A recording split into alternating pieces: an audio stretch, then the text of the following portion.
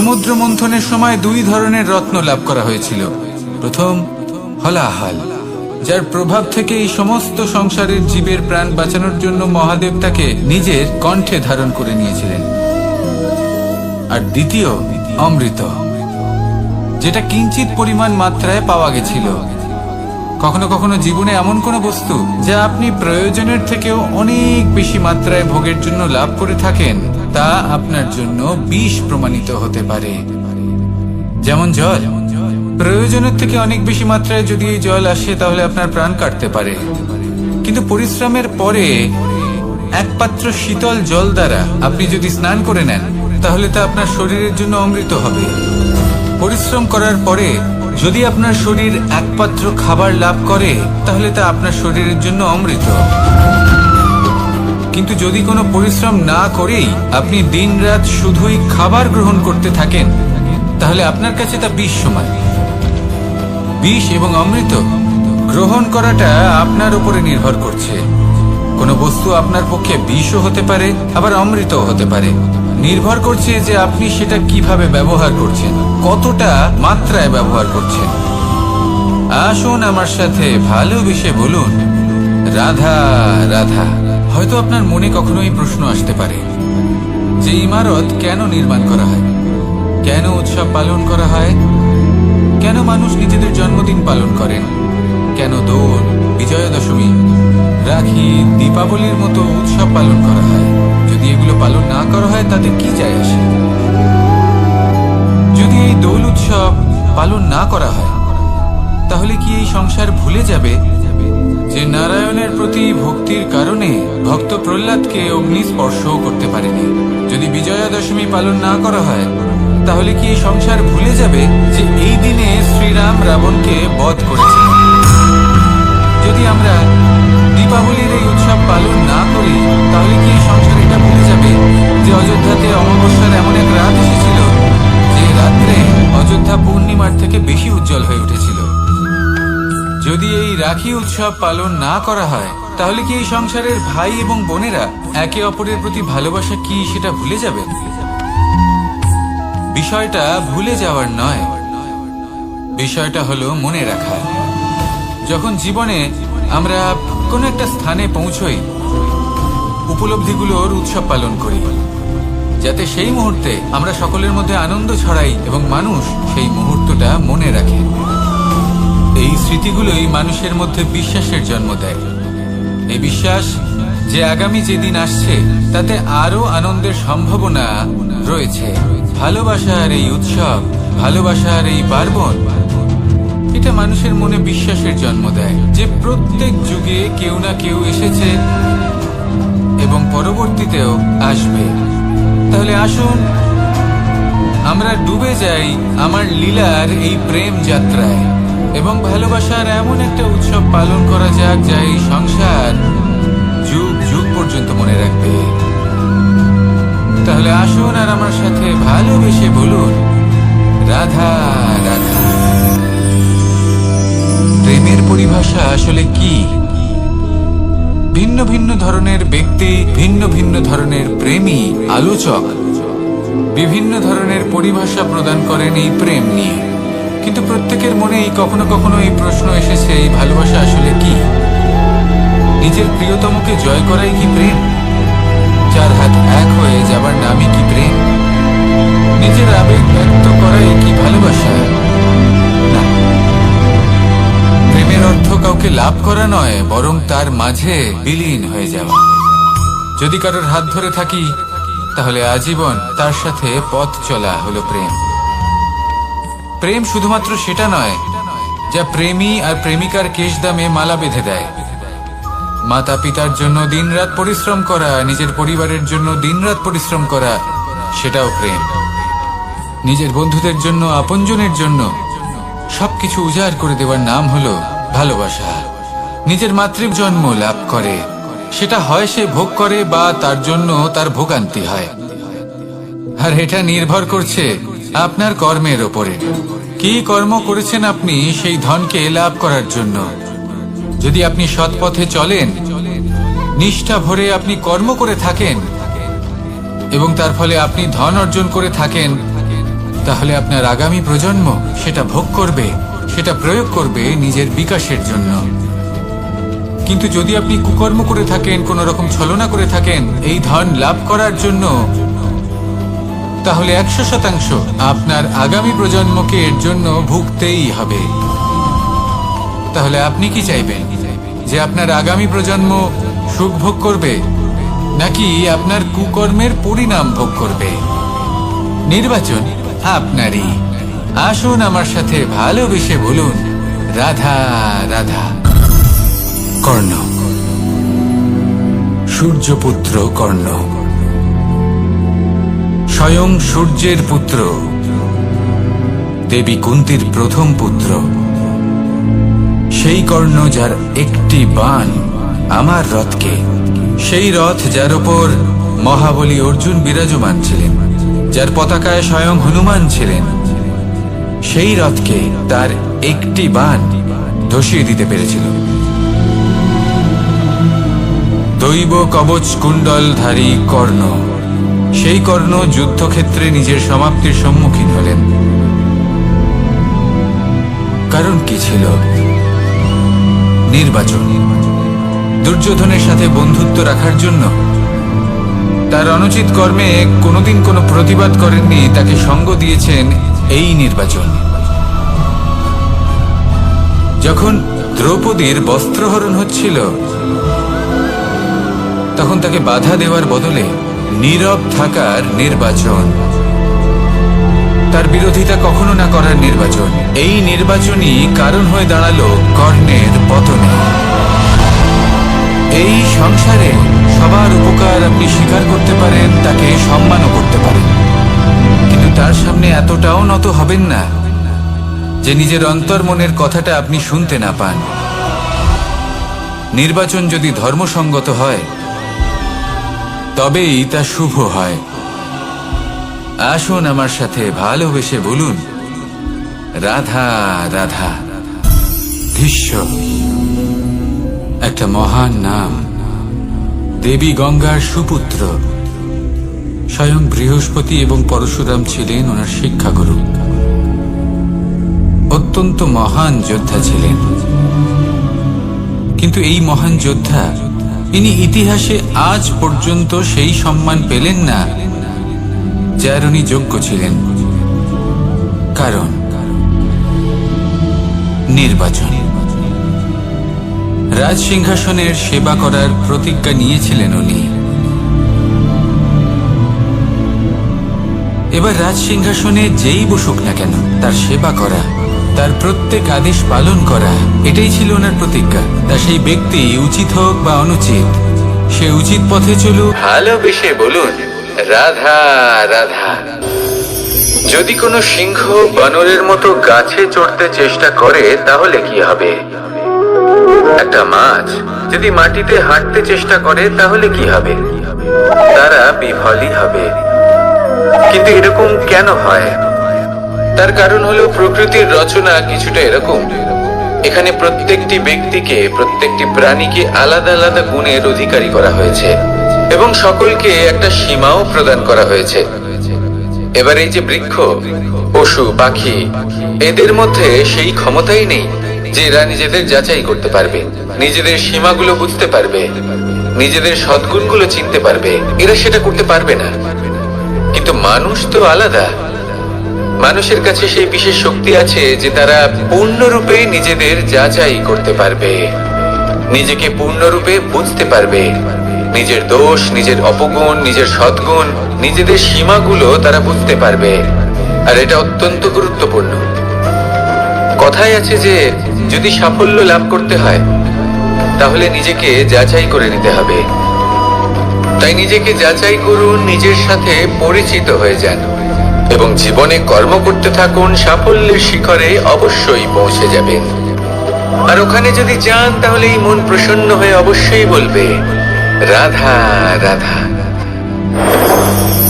বনের মধ্যে যদি আপনি কোনো বিষাক্ত সাপ দেখেন, তাহলে কি করবেন? আপনি তখনই তার থেকে দূরে পালাতে চেষ্টা করবেন। আর এটা কেন করবেন? নিজের রক্ষার্থে। এই কথা আমি নয় মেনে নিলাম, কিন্তু নিজের জীবনে এটা করেন না কেন? আপনি যেখানেই যান, যে স্থানেই যান না কেন, প্রত্যেক সময় প্রত্যেক মুহূর্তে এমন বিষাক্ত সাপ আপনি অবশ্যই খুঁজে পাবেন। আর সেই সাপ নয় যাদের আপনি বনে খুঁজে পাবেন, এরা হলো সেই সাপ যা আপনাকে পাপ করতে বাধ্য করবে। আপনার অন্তরের বাসনা, ক্রোধ, অহংকার, লোভ, ঈর্ষা এদের বৃদ্ধি ঘটাবে। দেখুন, বনের এই সাপ আপনাকে একবার ছেড়ে দিতেও পারে, ছোবল নাও মারতে পারে, কিন্তু এই যে পাপরূপী সাপ আছে তা অবশ্যই ছোবল মারবে। কর্ম যদি করেন তাহলে অবশ্যই ফল পাবেন। সেই জন্য যখনই কোথাও যাবেন, যদি এমন কাউকে দেখেন, যদি এমন কিছু দেখেন যে আপনাকে পাপ করতে বাধ্য করছে, তাহলে সেই মুহূর্তে সেখান থেকে পালিয়ে যান।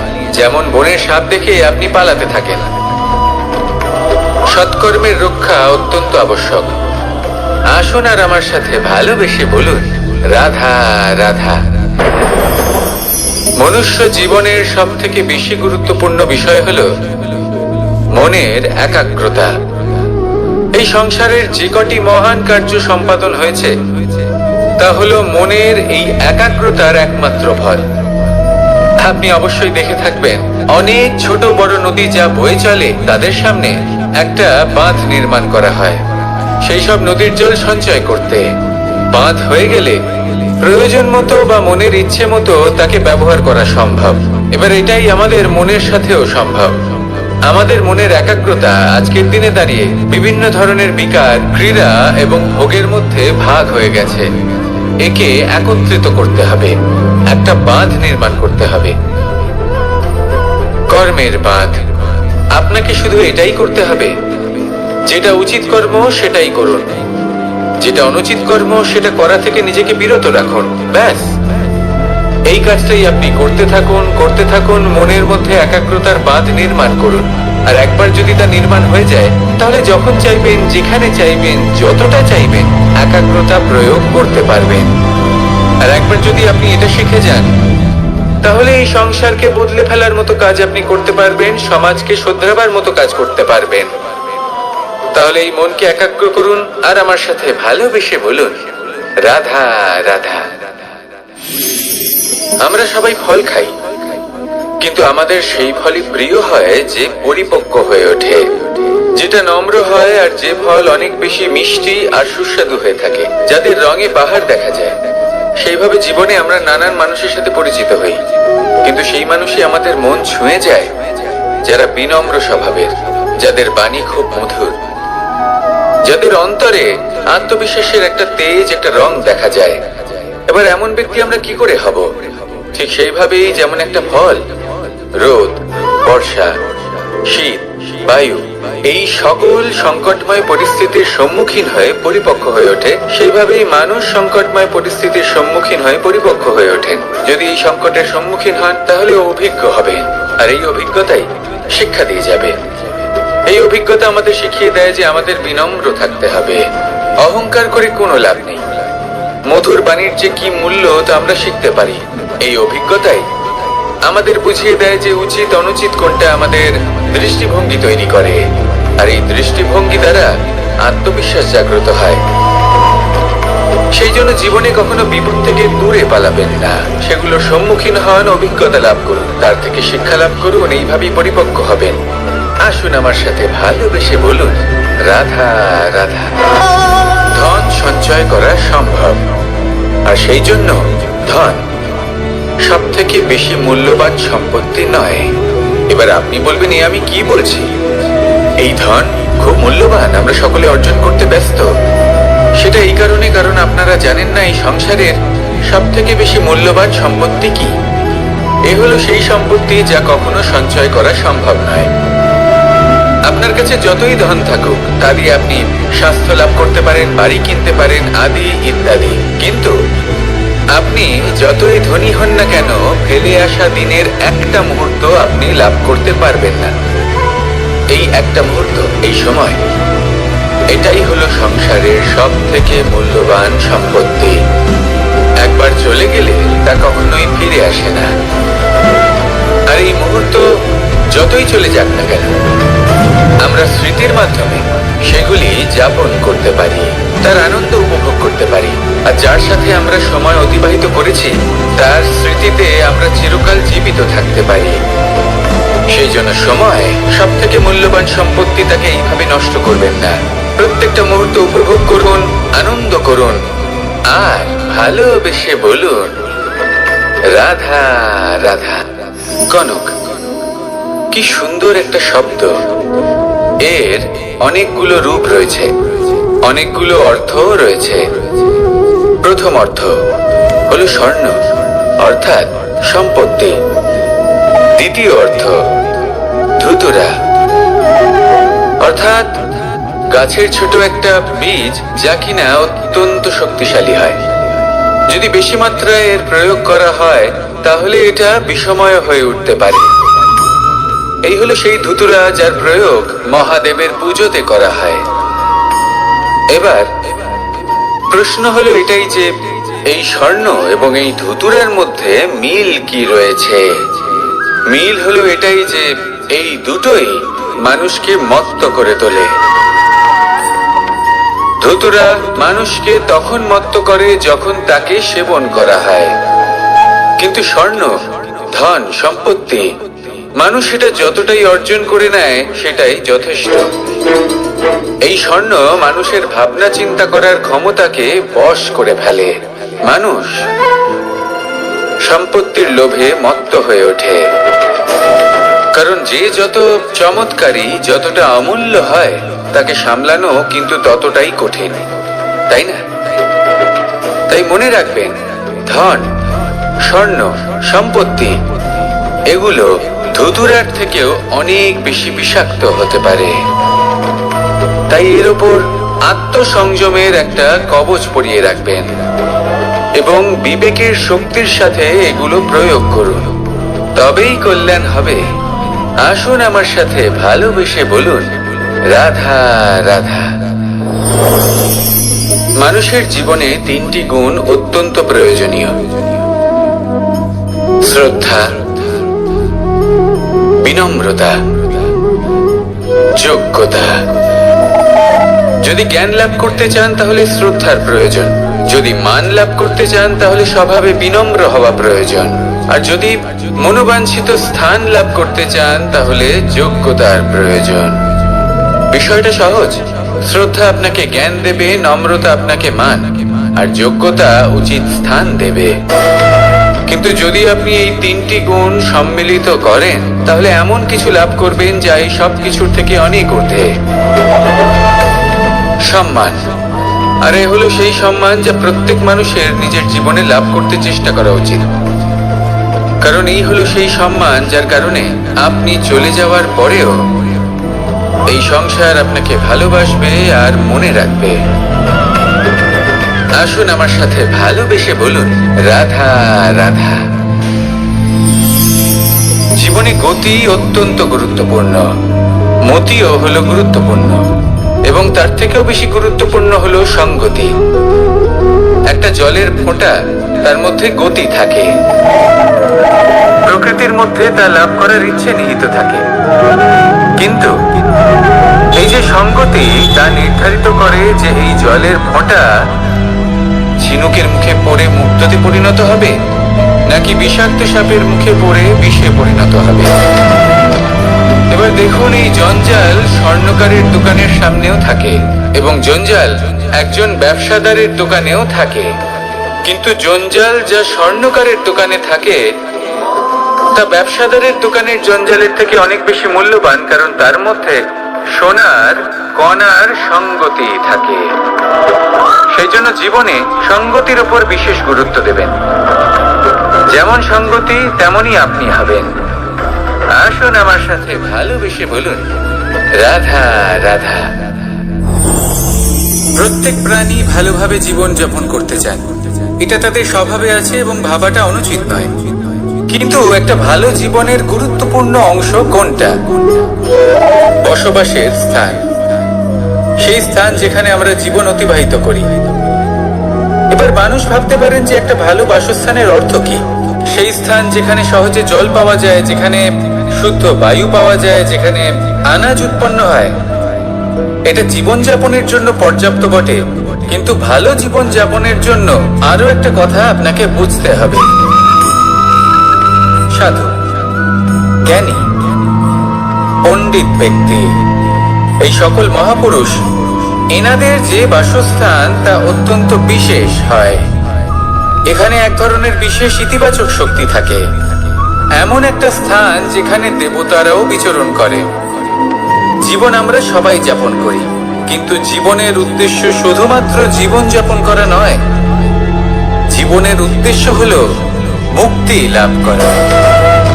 আর এই সকল সাধু, জ্ঞানী, পণ্ডিত ব্যক্তি, সকল মহাপুরুষ আপনাকে মুক্তির পথে নিয়ে যেতে পারে, কারণ এরা হলেন সেই মহাপুরুষ যারা নিজেদের অন্তরের বিকার, অহংকার, ক্রোধ, বিদ্বেষ এই সকল দোষগুলিকে ত্যাগ করেছেন, এদের উপর বিজয় লাভ করেছেন। এমনই একজন ব্যক্তি আপনাকে মুক্তির পথে নিয়ে যেতে পারে। প্রয়োজন হলো শুধুই এনাদের চিনতে পারা, এদের কথা বুঝতে পারা এবং এদের দেখানো পথে চলা। যদি আপনি এটা করতে পারেন, তাহলে এই মন প্রফুল্ল হয়ে বলবে, রাধা রাধা। আমি এখানে একা এই বনে বসে আছি, বাঁশি বাজাচ্ছি। কার জন্য? কে আছেন এখানে? কেউ নেই। আমার প্রজা, আমার রাজ্য, আমার পরিবার আমার থেকে অনেক দূরে আছেন। আমি এখানে একা এই বনে বসে এই আকাশের এই রঙের, গাছের এই সব ফলের, মাটির সুবাসের আনন্দ উপভোগ করছি। কেন? আমি হলাম দ্বারকাধীশ। এমন কি রাজকীয় বা ভৌতিক সুখ রয়েছে যে আমি ওখানে পেতে পারি না? সবকিছুই পেতে পারি, তাও এখানে বনে একা বসে আছি। কোন সুখ খুঁজে চলেছি? একা থাকার সুখ। আমরা প্রত্যেকদিন অনেক মানুষের সাথে, চিন্তাধারার সাথে, কর্মের সাথে, পরিস্থিতির সাথে, সুখ দুঃখের দ্বারা বেষ্টিত থাকি। জীবনের এই চক্রে আমরা জড়িয়ে পড়তে থাকি। যতই আমরা এই সমস্যার সমাধান করি, আমরা ততই এতে জড়িয়ে পড়ি। আমরা এতটাই জড়িয়ে পড়ি যে যখন আমরা আয়নায় নিজেদের দেখি, তখন আমরা নিজেদের চিনতেই পারি না। এমন মনে হয় যেন আমরা নিজেদের হারিয়ে ফেলেছি। সেই জন্য প্রত্যেক দিন আপনি কিছু সময় নিজের সাথে কাটান একান্তে। এটা অত্যন্ত আবশ্যক। নিজের অস্তিত্বের গভীরে গিয়ে দেখতে শিখুন, নিজেকে বুঝুন। অদ্ভুত শান্তির অনুভূতি হবে। যেমন এই বায়ু, এই বৃক্ষ, এই পুষ্প, এই নিসর্গ, এদের মতো আপনিও কখনো একলা হতে শিখুন। কখনো নিসর্গের একটা অংশ হয়ে দেখুন। এই মন প্রসন্ন হয়ে বলবে, রাধা রাধা। ওমাই কি, আমি কখন থেকে এখানে অপেক্ষা করছি, হাত পেতে দাঁড়িয়ে রয়েছি যাতে একটা ফল আমার হাতে এসে পড়ে এবং সেটা আমি খেতে পারি। কখন থেকে অপেক্ষা করছি, কিন্তু সেটা হচ্ছেই না। এবার আপনি বলবেন যে এসব কি বলছি, এ কি অদ্ভুত কথা বলছি। যদি ফল খেতে হয় তাহলে আমাকে বৃক্ষে চড়তে হবে, ফলের কাছে পৌঁছতে হবে, তবেই তো ফল পাবো। এবার এটা অত্যন্ত সহজ ব্যাপার, কিন্তু এই বিষয়টা আপনি নিজের জীবনের প্রসঙ্গে ভেবে দেখুন। লক্ষ্য কোথায় আছে আপনি জানেন, সেই লক্ষ্যে পৌঁছানোর পথ কি সেটাও আপনি জানেন, সেই পথে চলার ক্ষমতাও আপনার রয়েছে, কিন্তু তাও আপনি নিজের লক্ষ্য লাভ করতে পারছেন না। কেন?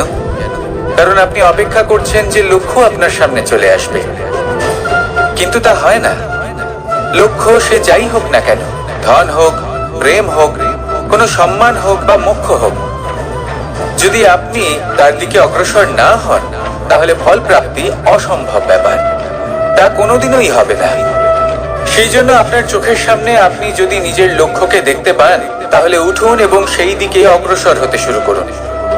নিজের অন্তরের সকল অশুভ গুণ দূর করুন, অলসতা ত্যাগ করুন, অজ্ঞানতা ত্যাগ করে দিন এবং চলতে থাকুন।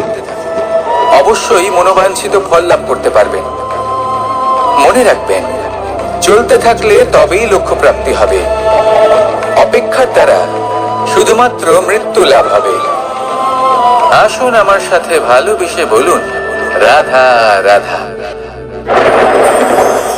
আমি দ্বারকাধীশ এবং আমার সভাতে বিভিন্ন সময় বিভিন্ন ধরনের মানুষ আসেন নিজেদের দাবি নিয়ে, নিজেদের ইচ্ছে নিয়ে।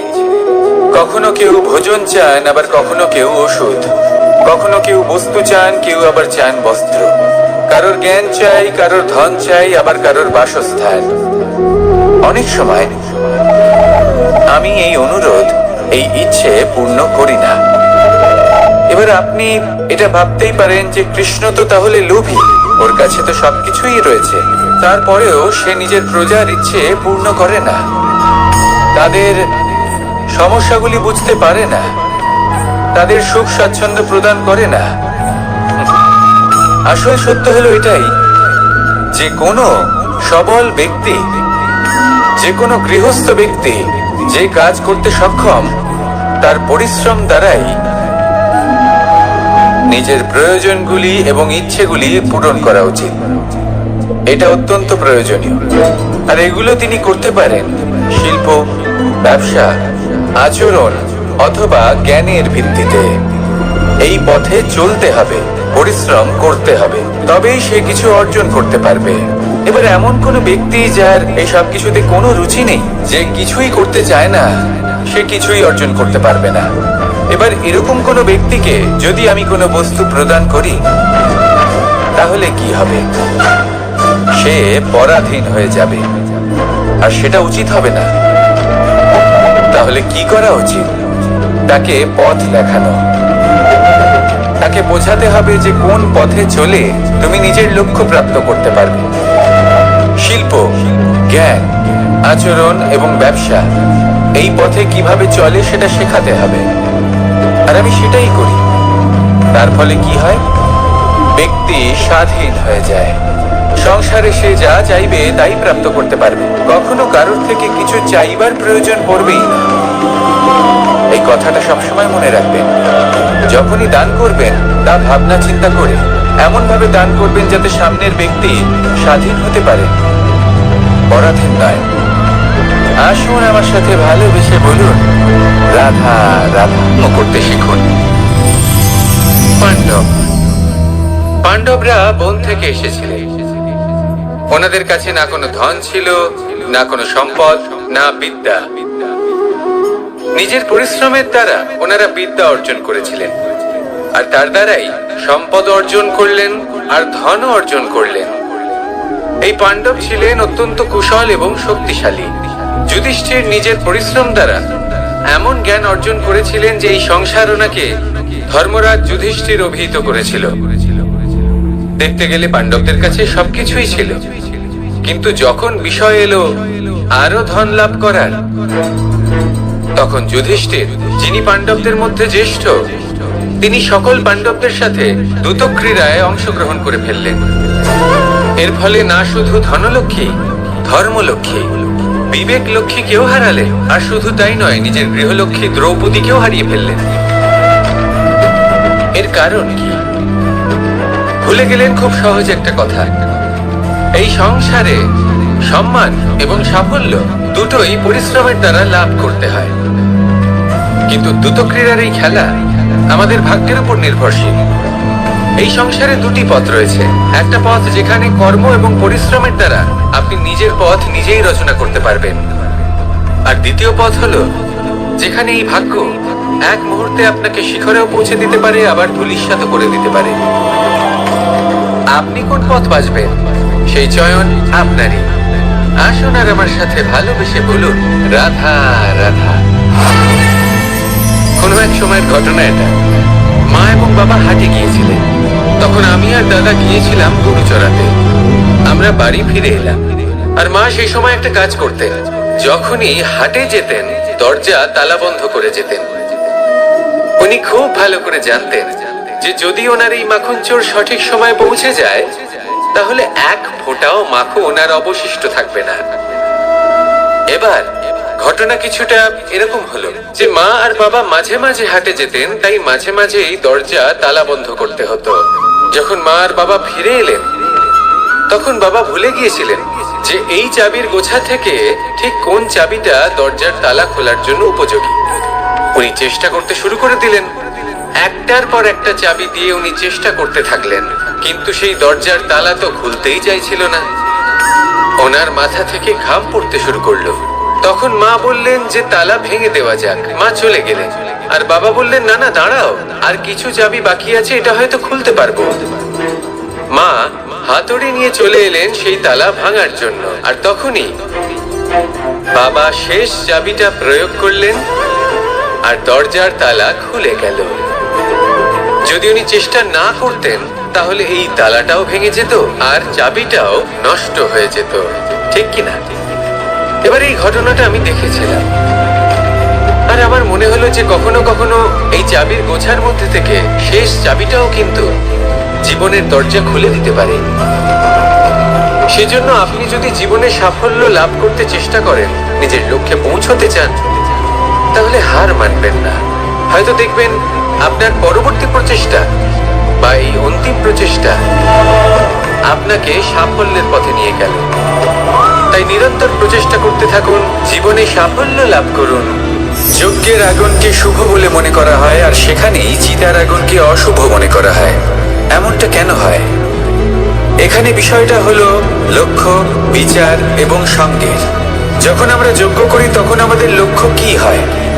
পরিবেশকে আরো পবিত্র করে তোলা, ইতিবাচক করে তোলা। আমাদের লক্ষ্য শুভ হয়। তারপরে আসে বিচার। এই পরিস্থিতিতে সেই বিচার হলো অগ্নি। স্ফুলিঙ্গ থেকে তীব্র আকার ধারণ করে সমস্ত কাঠকে পুড়িয়ে দেয় এবং সুগন্ধ ছড়িয়ে দেয়। অর্থাৎ যদি আপনার লক্ষ্য শুভ হয় তাহলে তার নিজেই শুভ বিচারধারাকে আমন্ত্রণ জানায়। এই শুভ বিচার তখনই আসবে যখন আপনার সংকল্প শুভ হবে। অন্যদিকে হলো চিতার আগুন। এর লক্ষ্য কি?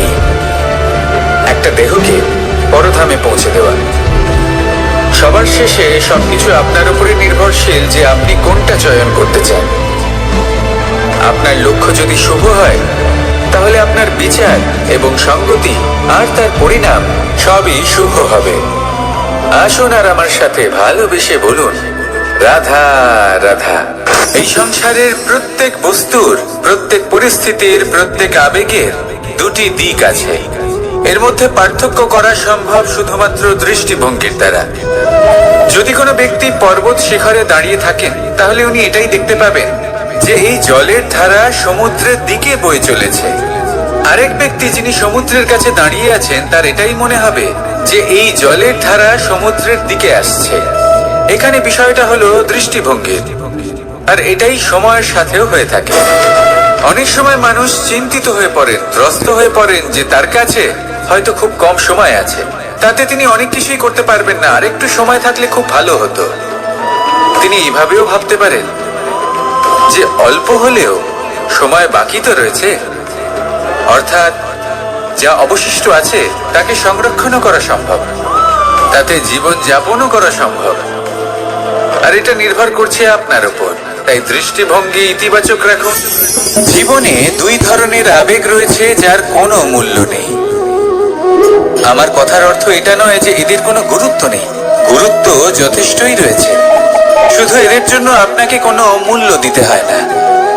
প্রথম আবেগ হলো আনন্দ, প্রসন্নতা। এটা আপনি যে কোনো জায়গায় খুঁজে পেতে পারেন যদি আপনি খুঁজে পেতে চান। আপনি কোনো পুষ্পের সৌন্দর্য দেখে প্রসন্ন হতে পারেন। বায়ুর কারণে যখন একটি বৃক্ষ শিহরিত হয় সেটা দেখে আপনি প্রসন্ন হতে পারেন। একটা ছোট্ট শিশুর কলরব শুনেও আপনি প্রসন্ন হতে পারেন। একটা ক্রন্দনরত বালককে হাসিয়ে আপনি প্রসন্ন হতে পারেন। সবকিছু আপনার উপর নির্ভরশীল। সেখানে আরেকটি আবেগ হলো দুশ্চিন্তা। মানুষ বড়ই দুশ্চিন্তা করতে থাকে। আজ আমি এই কাজ করেছি, সেই বিষয়ে চিন্তা। আজ আমি এই কাজ করতে পারিনি, সেই বিষয়ে চিন্তা। কাল আমাকে এই কাজ করতে হবে, সেই নিয়ে চিন্তা। আমি কি সেই কাজটা করতে পারবো, সেই বিষয়ে দুশ্চিন্তা। চিন্তা সর্বত্র রয়েছে, যার জন্য মূল্য দিতে হয় না। যত চান আপনি একত্রিত করতে পারেন। একটা গুরুত্বপূর্ণ কথা মনে রাখবেন, প্রসন্নতা জীবনের একটা নতুন সূত্রপাত। সেখানে দুশ্চিন্তা হলো জীবনের চিতার সমান। এবার এই দুটি আবেগ হলো মূল্যহীন, দুটোই আপনার সামনে আছে। কোনটা চয়ন করবেন আপনি, দুশ্চিন্তা নাকি প্রসন্নতা? সিদ্ধান্ত আপনারই। আসুন আর আমার সাথে ভালোবেসে বলুন, রাধা রাধা। ধন, সম্পত্তি, এগুলো আসলে কি? এগুলো শুধু সেই মূল্য যার দ্বারা আমরা কোনো কিছু অর্জন করতে পারি। এবার এই ধনের দ্বারা এই সংসারে অনেক কিছু লাভ করা সম্ভব, কিন্তু সেই সব কিছুই শুধুমাত্র ভৌতিক বস্তুই হবে, ভৌতিক সামগ্রী, ভৌতিক সুবিধা। অর্থাৎ আপনার কাছে যতই ধন থাকুক, তা আপনাকে শান্তির ঘুম এনে দিতে পারবে না, আপনাকে জীবনের বাস্তব সুখের অনুভূতি লাভ করাতে পারবে না, কারণ এগুলো ভৌতিক ধন। এই ভৌতিক বস্তুই অর্জন করাতে সক্ষম। বাস্তবিক ধন কি? যদি এই প্রশ্ন আপনার মনে আসে, তাহলে তার উত্তর আমি আপনাকে দেব একটা উদাহরণের মাধ্যমে। কখনো আপনি শুনে থাকবেন যে একজন পিতা আজীবন অনিষ্ট করেন, অনর্থ করেন, খারাপ কাজ করেন শুধু ধন অর্জনের জন্য। তিনি ভাবেন যে আমি ধন অর্জন করব আর নিজের সন্তানকে একটা উজ্জ্বল ভবিষ্যৎ প্রদান করব, একটা সুখ স্বাচ্ছন্দ্যময় জীবন দান করব। এবার সন্তান যখন জন্ম লাভ করে, তখন সে ভাগ্যের জোরে সেই ধন ভোগ করে। যেরকম সে পায়, সেরকমই তার ব্যবহার সে করে। কখনো আপনি এটাও দেখে থাকবেন যে সেই সন্তান সমস্ত ধন নষ্ট করে ফেলে, আর সেই পিতা যিনি সমস্ত ধন সঞ্চয় করেছেন, যিনি সেই ধনের প্রভু, আজ সেই ধনের প্রহরী হয়ে রয়েছেন। এবার এরকম কেন হয়? এরকম তখনই হয় যখন সেই পিতা বুঝতেই পারেন না যে তার জীবনের আসল ধন কি। সেই আসল ধন তার সন্তানকে সে দিতেই পারে না। যদি পিতা তার সন্তানকে কর্মের জ্ঞান দিতে পারেন, উচিত কোনটা অনুচিত কোনটা সেই শিক্ষা দিতে পারেন, সংস্কারের প্রকৃত শিক্ষা দিতে পারেন, তবে সেটা ধনের থেকে অনেক বেশি গুরুত্বপূর্ণ। এটাই হলো জীবনের বাস্তব ধন। আপনি সেই কথা তো অবশ্যই শুনে থাকবেন, কুসন্তান হলে ধন সঞ্চয় করে কি হবে, সুসন্তান হলে ধন সঞ্চয় করে কি হবে। সন্তান যদি কুপুত্র হয় তাহলে সব নষ্ট করে ফেলবে, আর সন্তান যদি সুপুত্র হয় তাহলে ধন থাকুক না থাকুক, সে নিজেই কর্মের পথে অগ্রসর হয়ে ধন অর্জন করবে আর নিজের জন্য এক উজ্জ্বল ভবিষ্যৎ করে তুলবে। তাই সন্তানকে সম্পদ দেওয়ার আগে কর্মের জ্ঞান দান করুন, সুশিক্ষা দিন, কারণ এটাই হলো জীবনের প্রকৃত ধন। আসুন আর আমার সাথে ভালোবেসে বলুন, রাধা রাধা। একবার একটা শেয়াল বনে বিচরণ করছিল। ও একটা ছোট্ট শাবক দেখতে পেল। ও ভাবলো, আজ একেই আমি খাবার হিসেবে গ্রহণ করব।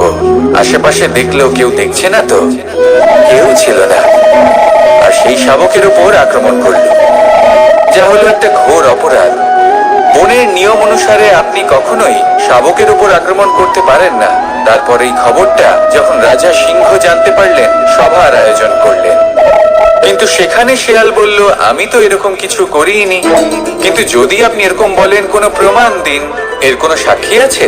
তখন রাজা সিংহ পেঁচাকে ডেকে পাঠালেন, যে সেই মুহূর্তে বৃক্ষের শাখার উপর বসেছিল, সে সব কিছু দেখেছিল। পেঁচা সব সত্যি কথা বলল, আর শেয়ালকে মৃত্যুদণ্ড দেয়া হলো। এবার এই কাহিনী আমি আপনাকে কেন শোনালাম? কারণ মানুষও কখনো কখনো এরকম কর্ম করেন যা শিয়াল করেছে। এটা ভাবেন কেউ দেখছে না যখন, আমি অনুচিত কর্ম করতেই পারি। কিন্তু না, আপনি যাই করুন না কেন, কেউ না কেউ অবশ্যই তা দেখছে। কোনো ব্যক্তি না হলেও কোনো প্রাণী, না হলে কোনো যক্ষ বা দেব বা প্রেত। যদি এনারা কেউ না দেখেন, তাহলে ধরিত্রী মাতা দেখেন, যেখানে দাঁড়িয়ে আপনি সেই কর্ম করছেন, তাই না? তাই একটা কথা সবসময় মনে রাখবেন, কে দেখছেন কে দেখছেন না সেই বিষয়ে ভাবা ছেড়ে দিন। এটা খুব সহজ কথা। আপনি যদি উচিত কর্ম করেন, উচিত ফল পাবেন। যদি অনুচিত কর্ম করেন, তাহলে আপনি অনুচিত ফল অবশ্যই পাবেন। সেই জন্য উচিত পথে চলতে থাকুন, উচিত কর্ম করতে থাকুন, আর আমার সাথে ভালোবেসে বলুন, রাধা রাধা। আমরা সবাই জীবনে নিজের জন্য সবচেয়ে ভালোটাই চাই, সবচেয়ে ভালো সুবিধা পেতে চাই, সবচেয়ে বেশি সম্মান পেতে চাই। কিন্তু সবার পক্ষে এইসব পাওয়া কি সম্ভব? হ্যাঁ, নিশ্চয়ই। শুধু একমাত্র বাধা সময়। আমাদের জীবনের কোনো স্থায়িত্ব নেই। তাই যদি সময়ের সদ্ব্যবহার করেন, তাহলে একটু সুবিধে হতে পারে। এবারে দেখুন, যাদের সবসময় স্বপ্ন দেখতে ভালো লাগে, তার জন্য রাত্রি কম পড়ে যায়, আর যারা স্বপ্ন পূরণ করতে চান তাদের জন্য দিন কম পড়ে যায়। যারা সম্মান পেতে চান তাদের জন্য সব সময় পরোপকার কম পড়ে যায়, আর যারা জ্ঞান অর্জন করতে চান তাদের জন্য মনোসংযোগ। জীবনে যদি নিজের লক্ষ্যে পৌঁছতে চান তবে সময়ের বিভাজন আপনাকে ঠিক করতেই হবে। মনে রাখবেন, রাধা রাধা। লোকে বলে জীবনে মেলামেশা করা অত্যন্ত আবশ্যক, এতে সম্পর্কের আধারও হয়, আবার ব্যবসাও চলে। কিন্তু সবচেয়ে বেশি গুরুত্বপূর্ণ হলো ব্যবহার। তাই এই বিষয়ে ভাবুন, আপনার জীবনে কি আপনার সাথে মেলামেশা করবে তা নিশ্চিত করে সময়। আপনি আপনার জীবনে কার সাথে মেলামেশা করবেন তা নিশ্চিত করবে আপনার হৃদয়। আপনি যাদের সাথে মিশছেন তাদের হৃদয়ে আপনি কতক্ষণ থাকবেন তা নিশ্চিত করবে আপনার ব্যবহার। নিজের ব্যবহার ভালো রাখুন, সব ভালোই হবে। রাধা রাধা। এই ফুল দেখতে পাচ্ছেন আপনি?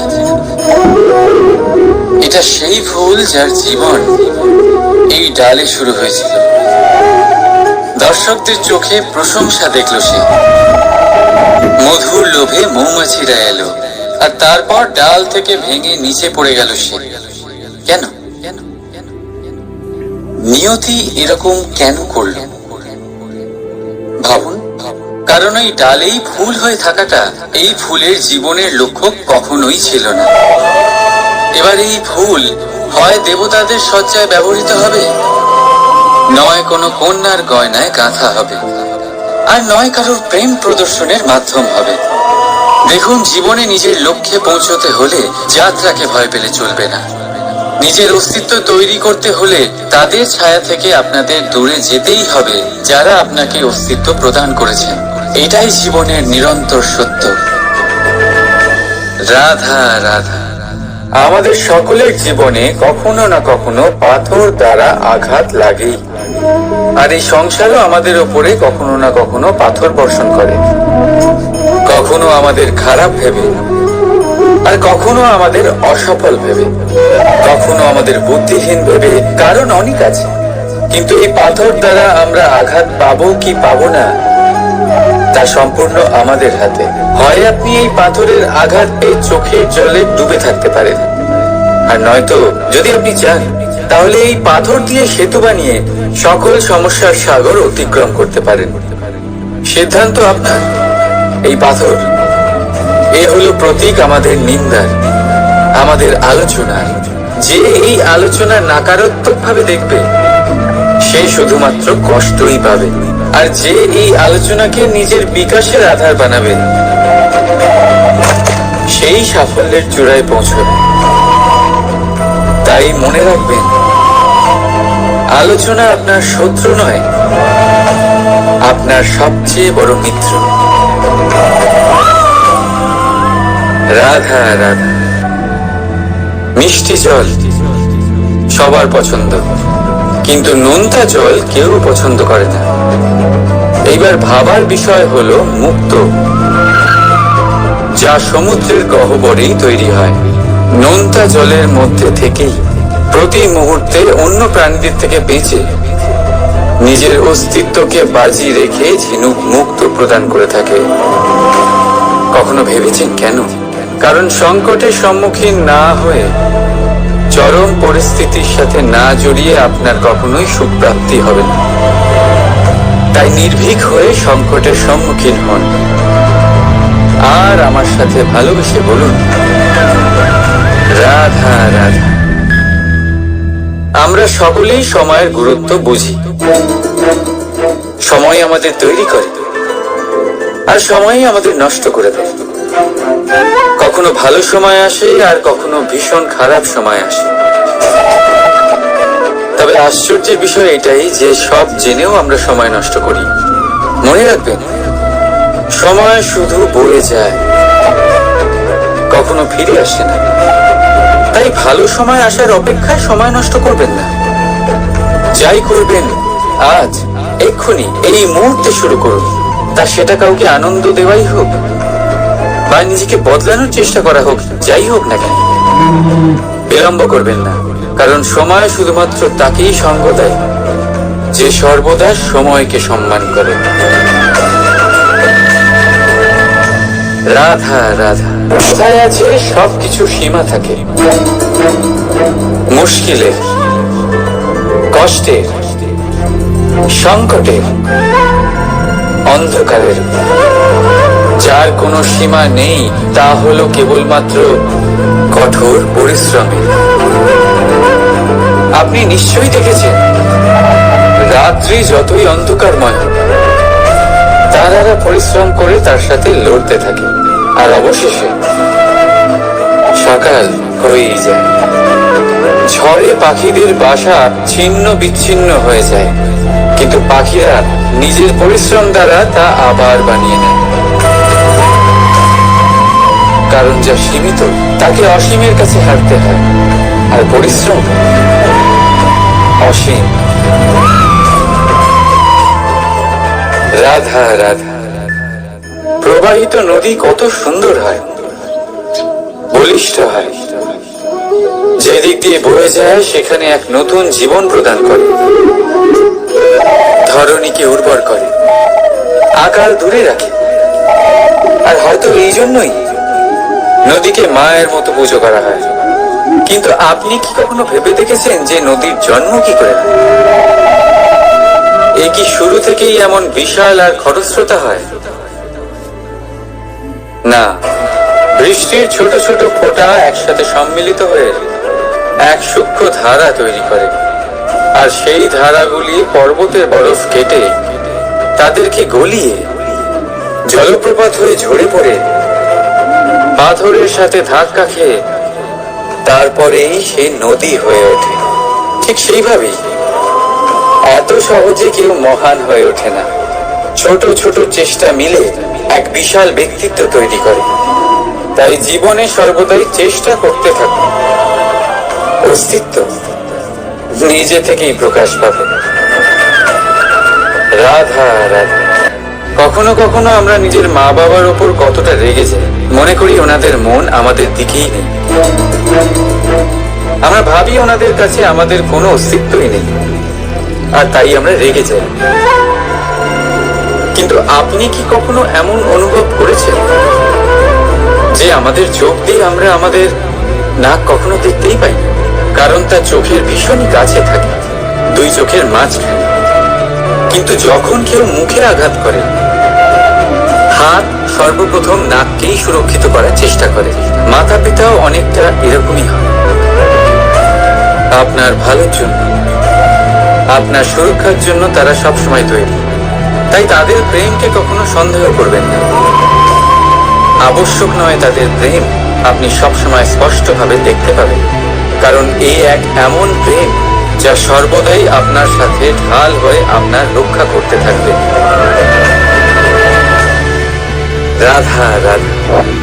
বাবুল গাছ কত বিশাল আকার হয়, পিপুল গাছও বিশাল আকার হয়। কিন্তু আপনি কি কখনো ভেবে দেখেছেন যে কেন বাবুল গাছ কেটে তা ব্যবহার করা হয়, আর কেনই বা পিপুল গাছকে পুজো করা হয়? এই জন্যই, কারণ পিপুল গাছ তার নিচে বসে থাকা পথিককে ছায়া প্রদান করে, নিজের ডালে অসংখ্য পাখিদের আশ্রয় দিয়ে থাকে। যদি আপনি সম্মান পেতে চান তবে পিপুল গাছের মতোই হতে হবে। কিছু দিতে শিখুন, আনন্দ, সুখ, শীতলতা দান করতে শিখুন।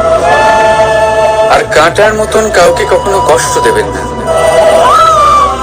সম্মান স্বয়ং হেঁটে আপনার কাছে আসবে। আর মন প্রসন্ন হয়ে বলবে, রাধা রাধা। শক্তি অর্জন করা এতটা কঠিন নয় যতটা শক্তি লাভ করার পরে সেই শক্তি সামলানো কঠিন হয়। কারণ যেই মানুষ শক্তি লাভ করে তার মনে গর্ববোধ জন্মায়, জন্মায় অহংকার, জন্মায় জেদ। তাই শক্তি প্রাপ্ত করার সাথে বিনম্র থাকাও অত্যন্ত আবশ্যক। আর এটা আমাদের শেখা উচিত বৃক্ষের থেকে। বৃক্ষ যা আমাদের ফল দেয়, বৃক্ষ যা যত ফল দেয় ততটাই ঝুঁকে যায়। আমরা পাথর মারি ওই বৃক্ষের থেকে ফল প্রাপ্ত করার জন্য। সেই পাথরের মার সহ্য করেও বৃক্ষ আমাদের ফল দেয়। কোনো গর্ববোধ নেই, কোনো অহংকার বোধ নেই। আর সেই জন্য এই বৃক্ষের পুজো করা হয়। এটাই হলো মাহাত্ম্য শক্তির সাথে বিনম্রতা। যদি এই শক্তি সৃজন করে থাকে, সাহায্য করে থাকে, সম্বল হয়ে থাকে, তবেই সেই শক্তি উপযুক্ত। আর নয়তো সেই শক্তি একদিন আপনাকে আসক্ত অবশ্যই করবে। তাহলে শক্তি অবশ্যই অর্জন করুন, কিন্তু তার সাথে সেই শক্তি সামলানোর মতো বিবেকও আপনাকে অবশ্যই জাগ্রত করতে হবে। তাহলে আসুন আমার সাথে ভালোবেসে বলুন, রাধা রাধা।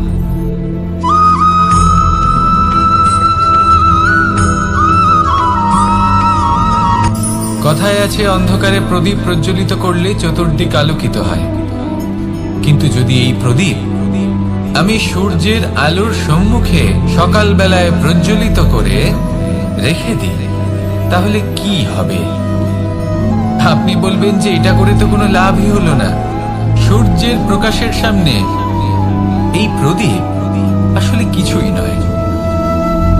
এবার এই চিন্তা ভাবনা প্রত্যেক দিন করতে হবে, আর একটা অমূল্য শিক্ষা পেতে হবে। মনে করুন যে আপনি মহাপুরুষের সামনে বসে আছেন, কোনো মহাজ্ঞানীর সামনে। তাহলে সেই ব্যক্তির সামনে নিজের জ্ঞানের প্রদীপ প্রজ্বলিত করবেন না,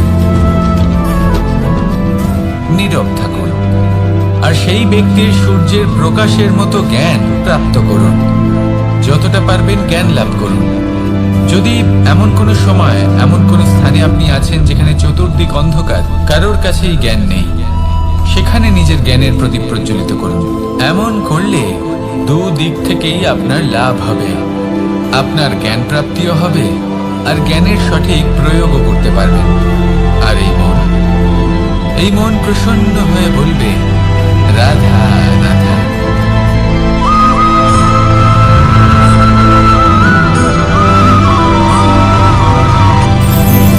এই সংসারে আমরা প্রকাশ কোথা থেকে পাই? এর উত্তর বড়ই সরল। ভোরে যখন সূর্যোদয় হয়, তখন প্রকাশের কিরণ আমাদের ঘরে এসে পৌঁছয়। এইভাবেই আমরা প্রকাশ লাভ করি। এবার এই প্রকাশের আলোতেই আমরা সারাদিনের কাজ সম্পন্ন করি। সন্ধে হয়ে যায়, সূর্যাস্ত হয়ে যায়। আর আমাদের ঘর যাতে অন্ধকার না হয়, তার জন্য আমরা একটা প্রদীপ প্রজ্বলিত করি। এটাই ঘটে আমাদের জীবনেও। এবার প্রবাহমান আয়ুর সাথে আমরা আমাদের অন্তরে যদি একটা প্রদীপ প্রজ্বলিত করে নিই, তাহলে বিষয়টাই অন্যরকম হবে। এবার আপনি বলবেন, কোন প্রকাশের কথা বলছি যে আমাদের অন্তরে জাগ্রত করা সম্ভব? আমাদের আত্মার মাঝে প্রেমের প্রকাশ জাগ্রত করার কথা বলছি। কারণ আমাদের এই জীবন এও হলো দিনের আলোর মতো। আজ প্রকাশ আছে, কিন্তু কোনোদিন অবশ্যই অস্ত হবে। কিন্তু অস্ত হবার আগে যদি আমরা আমাদের আত্মার মাঝে প্রেমের এই প্রকাশ উজ্জ্বলিত করে নিই, তাহলে আমাদের সন্ধ্যাকালও আমরা আনন্দে এবং প্রেমে যাপন করব। তাহলে আসুন আর আমার সাথে ভালোবেসে বলুন, রাধা রাধা।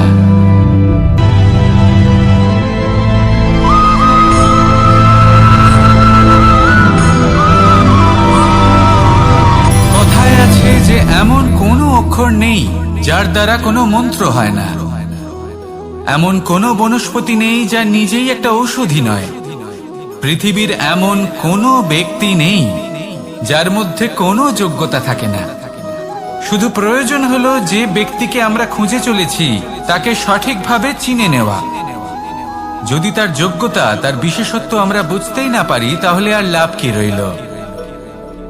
এই যদি কোনো নিষ্ঠুর কঠিন পাথরে বারংবার জড়িয়ে দেওয়া হয়, তাহলেও তাকেও কাটতে পারে, নিজের ছাপ ছেড়ে যেতে পারে, সেটার আকারও বদলে ফেলতে পারে।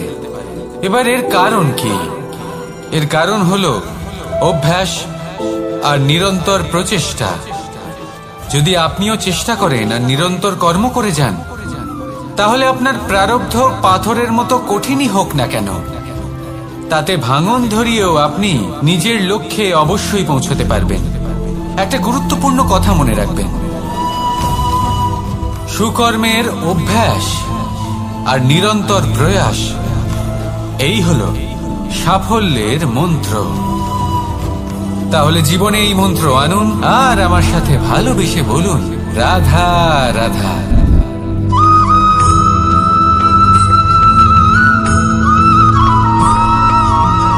এই সংসারে কোনো বস্তু হোক বা ব্যক্তি হোক, তার একার গুরুত্ব কিন্তু খুব বেশি নয়। একটা উদাহরণ হিসেবে বৃষ্টির ফোঁটাকে ভেবে দেখুন। যদি একটি বৃষ্টির ফোঁটা হয় তাহলে তার খুব বেশি গুরুত্ব থাকে না, কিন্তু যখন সহস্র বৃষ্টির ফোঁটা মেঘের মধ্যে দিয়ে ঝরে পড়ে, তখন সেটা বর্ষার রূপ ধারণ করে। সেই বর্ষা যাই প্রকৃতিকে শান্ত করে। সেইভাবেই পাথরের ছোট টুকরো, তার খুব বেশি গুরুত্ব থাকে না, কিন্তু যখন অসংখ্য পাথরের টুকরো একত্রিত হয় তখন তা পর্বতের আকার ধারণ করে।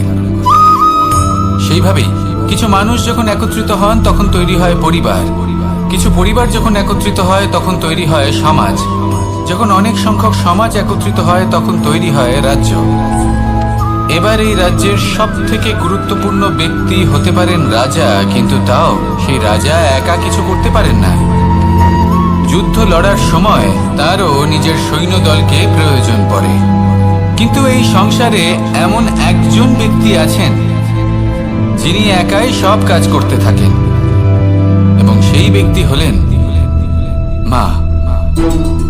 আমাদের জীবনে একজন পিতার ভূমিকা কিন্তু নিঃসন্দেহে অমূল্য, কিন্তু আমাদের সকলের জীবনে যে ভূমিকা একজন মায়ের তা অন্য কারোর থাকে না। একজন মা একাই সন্তানকে বড় করতে পারেন, সংস্কারী করে তুলতে পারেন, তার জন্য পরিশ্রম করেন। আর এত কিছু কাজ করার পরেও তার কাজের জন্য তিনি প্রশংসা অবশ্য পান না।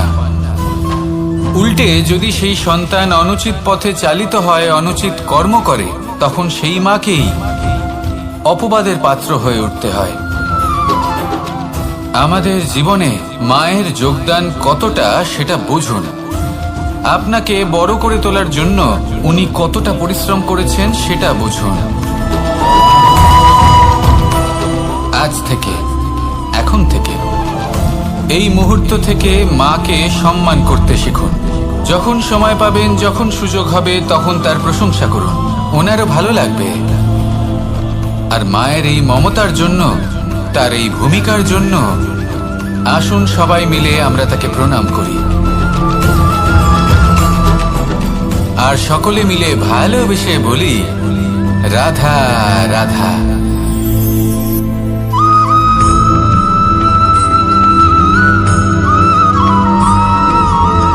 আপনি কখনো কোনো বাজকে নিজের বাসা বানাতে দেখেছেন? এই বাজ যখনই কোনো বাসা বানায় তখন উঁচু গাছের ডালে বা কোনো পর্বতের শিখরে বাসা বানায়, অনেক উচ্চতায়, আর সেখানে তার সন্তানও জন্মগ্রহণ করে।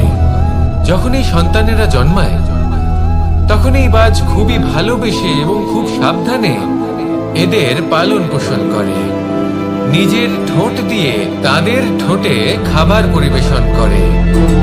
কিন্তু যেই সেই সন্তানেরা হৃষ্টপুষ্ট হয়ে যায় এবং সেই কথা বাজ নিজে বুঝতে পেরে যায়, সেই বাজ নিজেই সেই বাসা ছিন্ন ভিন্ন করে দেয়। সেই সন্তান যাদের সবেমাত্র ডানা গজিয়েছে, কিভাবে উঠতে হয় তারা জানে না, সেই সন্তানগুলিকে উচ্চতা থেকে ঠেলে দেয়। সেই সন্তান প্রথমে ভয়ভীত হয়ে যায়। তারা সামনে মৃত্যুকে দেখতে পেয়ে ভয়ের কারণে তাদের ডানা ঝাপটাতে থাকে, আর সেই প্রক্রিয়াতেই সেই সন্তানগুলি উড়তে শুরু করে দেয়। এবার এই ঘটনায় আমরা কি শিক্ষা পেতে পারি? এটাই, যদি আপনি মাতা পিতা হন তাহলে নিজের সন্তানকে অবশ্যই স্নেহ করুন, কিন্তু তাদেরকে নিজের আঁচলের তলায় বেঁধে রাখবেন না। যদি আপনি চান আপনার সন্তান জীবনে উন্নতি করুক, তাহলে নিজের মুঠো থেকে তাদের স্বতন্ত্র করে দিন। এই সংসারে সংঘর্ষ করতে দিন। সেই সন্তান নিজেই বুঝতে পারবে যে জন্মের সময় পাওয়া ডানা কি করে ব্যবহার করতে হয়। আর আপনার চোখের সামনে আপনার সন্তান এই আকাশে উড়তে থাকবে। তাহলে আসুন আমার সাথে ভালোবেসে বলুন, রাধা রাধা।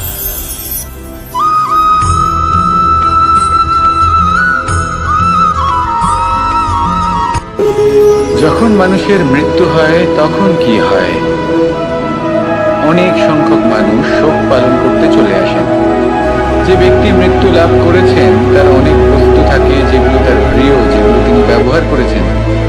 তার শয্যা, তার বস্ত্র, তার আভূষণ সবকিছু তার থেকে বিচ্ছিন্ন করা হয় এবং খালি হাতে তাকে শ্মশানের উদ্দেশ্যে রওনা করা হয়। আমি আপনাকে এই প্রশ্ন করতে চাই, আপনি এই সংসারে কি অর্জন করেছেন? ধন, সম্পত্তি, বস্ত্র, আভূষণ, এই সব কিছু যে আপনি অর্জন করেছেন, আপনার মৃত্যুর পরে তা আপনার থেকে দূর হয়ে যাবে। এর উত্তর হলো একটাই, আপনার কর্ম। শুধু সেটাই আছে যা একান্ত আপনার, আর শুধু সেটাই এই সংসার থেকে চলে যাওয়ার পরেও সংসারেই জীবিত থাকবে। যদি আপনি দুষ্কর্ম করেন তাহলে এই সংসার আপনাকে একটি অনুচিত উদাহরণ হিসেবে মনে রাখবে যে এই ব্যক্তি খুব পাপী ছিল, অনুচিত কর্ম করতেন। যে পথে তিনি চলেছেন সেই পথে কারোর চলা উচিত নয়। সেখানেই যদি আপনি সৎকর্ম করেন তাহলে সংসার চিরকাল এটাই বলবে যে খুব ভালো মানুষ ছিলেন, সবাইকে ভালোবাসতেন, সবাইকে সাহায্য করতেন, আমার খুব প্রিয় মানুষ ছিলেন। এটাই হল শ্রেষ্ঠ কর্ম।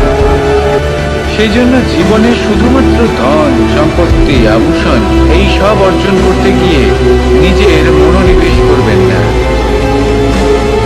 শ্রেষ্ঠ কর্ম করুন। সংসার থেকে চলে যাওয়ার পরেও এই কর্মই এই সংসারে আপনাকে জীবিত রাখবে। আসুন আমার সাথে ভালোবেসে বলুন, রাধা রাধা।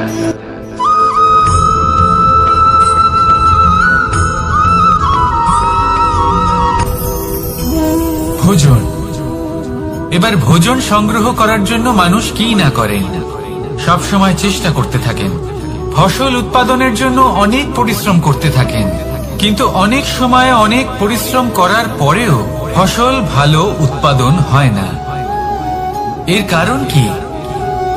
কারণ হলো এটাই যে আপনি পরিশ্রম হয়তো অনেক করেছেন, কিন্তু আপনার নজর তো সেই বীজের দিকে ছিলই না যা আপনি রোপণ করেছেন। সেই জন্য সব সময় কোনো বীজ রোপণ করার আগে তাকে পরখ করে দেখুন, তা অত্যন্ত আবশ্যক। আর সেইভাবেই যখনই কোনো কর্মের প্রশ্ন আসে তাহলে সেখানে শুধুমাত্র পরিশ্রম যথেষ্ট নয়।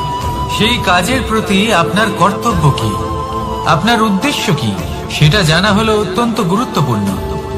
তাই কর্ম করুন, কিন্তু সেই কর্মের প্রতি আপনার যা উদ্দেশ্য তার মাহাত্ম্য বুঝতে চেষ্টা করুন। তাহলে আসুন আমার সাথে ভালোবেসে বলুন, রাধা রাধা।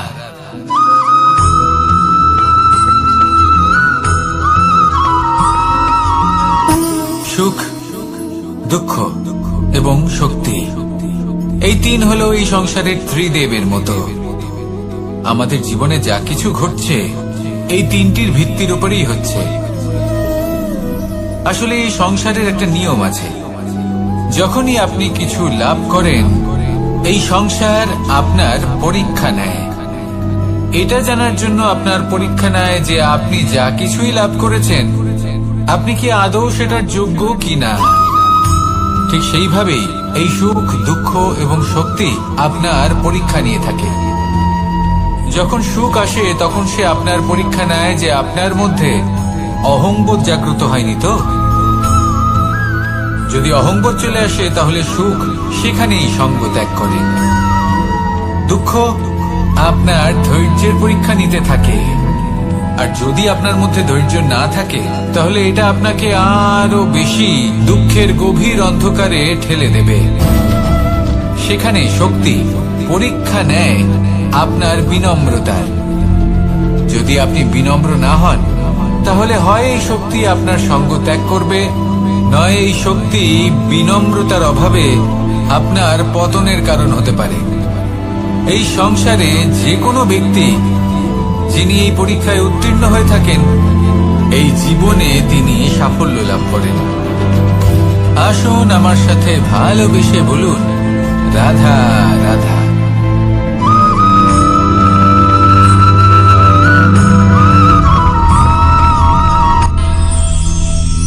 আমরা সবাই সূর্যকে সম্মান কেন করি? কারণ আমরা জানি যে সন্ধেবেলা যখন সূর্যাস্ত হবে তখন শুধুমাত্র অন্ধকার বাকি থাকবে। ঠিক কিছুটা এরকমই হয় আমাদের মাতা পিতাও, যিনি আমাদের জন্ম দেন, আমাদের ভরণ পোষণ করেন, আমাদের বড় করেন, আমাদের প্রেম প্রদান করেন।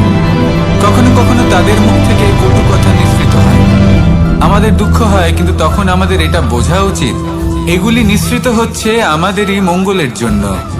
যেমন সূর্যদেব, উনিও উত্তাপ দিয়ে থাকেন আমাদেরই মঙ্গলের জন্য, যাতে ফসল পাকতে পারে, যাতে জল বাষ্প হয়ে মেঘ হতে পারে, বৃষ্টি হতে পারে, আর এই সংসারে নিরন্তর জলের প্রবাহ থাকে। আমাদের মাতা পিতা, তাদের কঠোর আচরণ, তাদের কঠোর অনুশাসনের পেছনে লুকিয়ে থাকে ওনাদের ভালোবাসা। আমাদের তা বুঝতে হবে, সসম্মানে ওনাদের গ্রহণ করতে হবে। কারণ ঠিক সূর্যাস্তের পরে যেমন চতুর্দিক অন্ধকারচ্ছন্ন হয়ে যায়, তেমনি আমাদের জীবন থেকে যখন আমাদের মাতা পিতা চলে যায় তখন আমাদের জীবনেও শুধু এবং শুধুমাত্র অন্ধকারই ছেয়ে থাকে। সেই জন্য নিজের মাতা পিতাকে সম্মান করুন, ওনাদের ভালোবাসা প্রদান করুন। এই মন আর এই জীবন প্রসন্ন হয়ে বলবে, রাধা রাধা।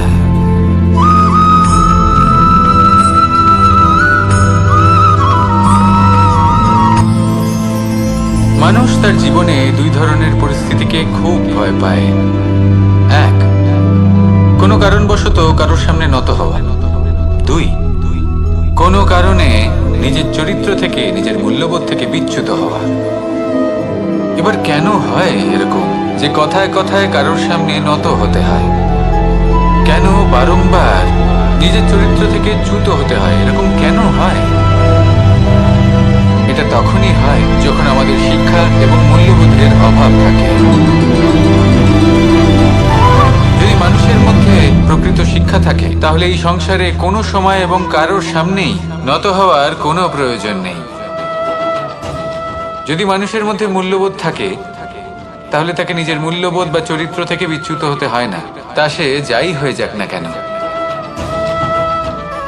কোনো বালককে যদি জন্ম থেকেই সুশিক্ষার অধিকারী করা হয়, শিক্ষিত করা হয়, মূল্যবোধের অধিকারী করা হয়, তবে সে এই সংসারে এমন কর্ম করবে যাতে সে নিজেকে, নিজের পরিবারকে, সমগ্র সমাজকে গর্বিত করতে পারে।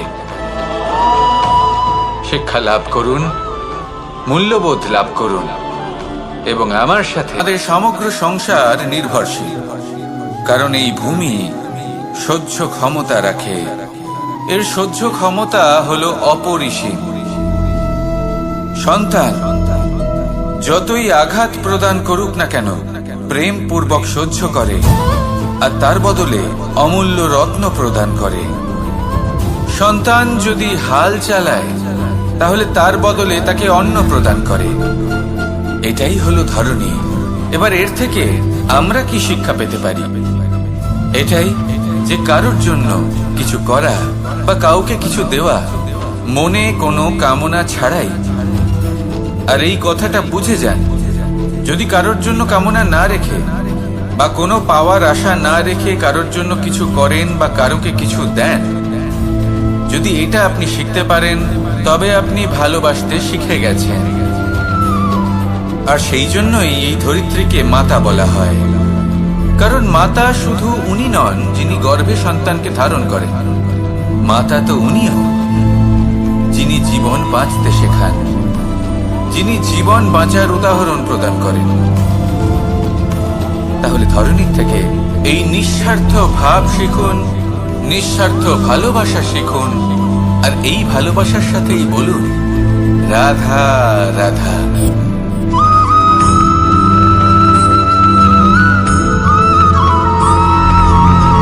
এই সংসারে কোনো বস্তু হোক বা ব্যক্তি হোক, তার একার গুরুত্ব কিন্তু খুব বেশি নয়।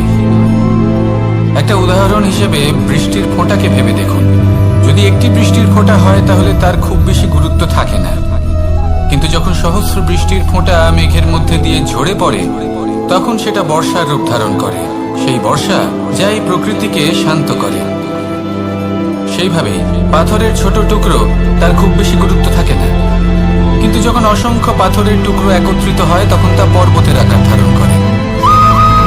সেইভাবেই কিছু মানুষ যখন একত্রিত হন তখন তৈরি হয় পরিবার, কিছু পরিবার যখন একত্রিত হয় তখন তৈরি হয় সমাজ, যখন অনেক সংখ্যক সমাজ একত্রিত হয় তখন তৈরি